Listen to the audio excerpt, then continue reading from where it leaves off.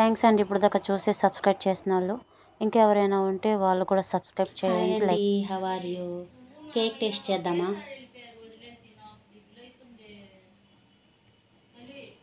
Very beautiful taste, చాలా బాగుంది. ఇప్పుడు నేను తిన్న కేక్ ఉంది కదండి, అది ఎలా చేయాలో ప్రాసెస్ చెప్తాను చూడండి. ఫస్ట్ 3 eggs తీసుకుందామండి. దాన్ని బాగా బీట్ చేద్దాము. చాలా ఫాస్ట్గా బీట్ చేయాలండి.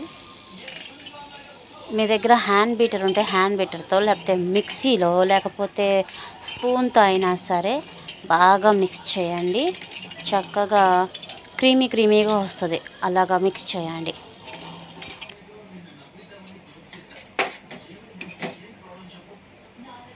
తర్వాత ఒక 2 స్పూన్స్ నెయ్యి వేసుకోండి. నెయ్యి లేకపోతే నూనెనే వేసుకోవచ్చు. నేనైతే నెయ్యి వేసాను. స్పీడ్గా మిక్స్ చేయండి. ఓకేనా?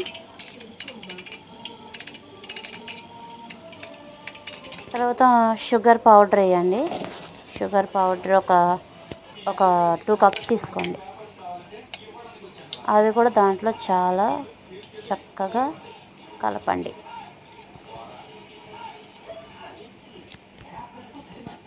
చూడండి, చెప్పాను కదా, కలిపితే ఇలాగ క్రీమీగా చక్కగా వస్తుంది. ఇలా కలిపిన తర్వాత వెన్నెలా మూత ఉండిద్ది కదా, ఆ మూతతో ఒక మూత వెన్నెలా తీసుకోండి. దాన్ని కూడా మిక్స్ చేయండి. తర్వాత జల్లించేది తీసుకొని దాంట్లో కోకో పౌడర్ 1 cup వేసుకోండి. బేకింగ్ పౌడర్ 1 స్పూన్లో ½ వేసుకోండి. తర్వాత ఒక 2 cups మైదా పిండి వేసుకోండి.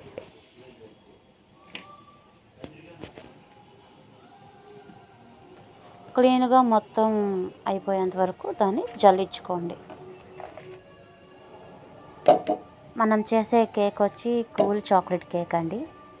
అందుకనే నేను కోకో పౌడర్ కలపడం జరిగింది. మొన్న పెట్టాను కదండి ఫస్ట్ టైము, అది నేను చేసిన ఫస్ట్ కేక్ అండి, చిట్టి కేక్ అనేది. ఇది నా సెకండ్ కేకు. చూడండి ఎంత చక్కగా వచ్చిందో పౌడర్. తర్వాత దాన్ని కూడా చక్కగా క్రీమీగా కలపండి. చక్కగా క్రీమీగా వచ్చింది.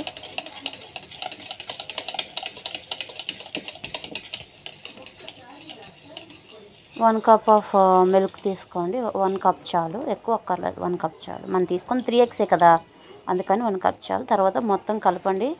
చక్కగా చాక్లెట్ కలర్లో వస్తుంది. కలిపిన తర్వాత కొంచెంసేపు పక్కన పెట్టుకోండి. కొంచెంసేపు పక్కన పెట్టుకున్నాక,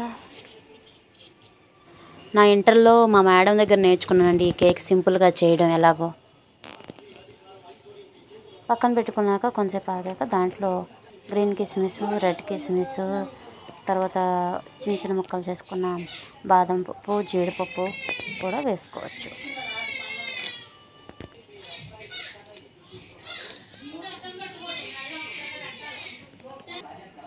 ప్రస్తుతానికి నా దగ్గర కేక్ చేసే గిన్నె లేదు, నేను అందుకే ఈ గిన్నె తీసుకున్నాను. ఆయిల్ అప్లై చేసి కింద పేపర్ వేసుకోండి. పేపర్కి కూడా ఆయిల్ అప్లై చేసి దాంట్లో మనం కలిపెట్టుకున్న క్రీమ్ మొత్తం ఆ గిన్నెలో వేసేసుకోండి. ఇక్కడ నేను చూపించినట్టుగా పొయ్యి మీద పెట్టుకోండి.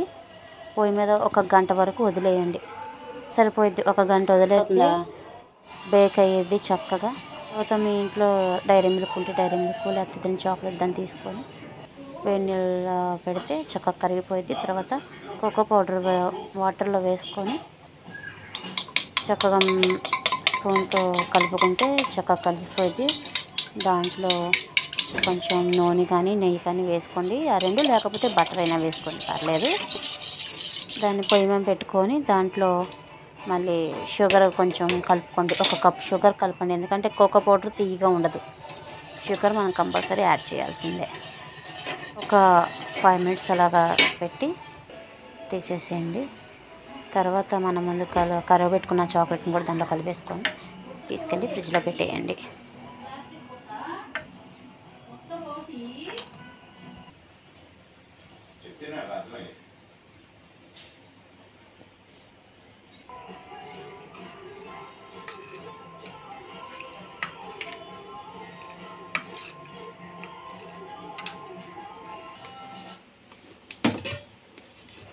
ఇక తర్వాత 1 అవర్ తర్వాత వచ్చి చూసుకుంటే మనకి చక్కటి కేక్ రెడీ అయిపోయింది. ఏదైనా పుల్ల కానీ ఇంకా చాక్ కానీ ఏదైనా ఉంటే పెట్టి చూడండి. అలా లోపలికి దించి చూసినప్పుడు దానికి అసలు ఏమంటపోతే కేక్ రెడీ అయిపోయినట్టే. ఇప్పుడు మనం దీన్ని కూల్ కేక్ కింద తయారు చేయాలి కాబట్టి ముందుగా దాని పైన ఉన్న పేపర్ తీసేసి దాన్ని ఒక 3 పీసెస్ కింద కట్ చేసేసుకోవాలి. ఇక్కడ నేను ఏ విధంగా అయితే కట్ చేశానో ఆ విధంగా కట్ చేసేసుకోవాలి.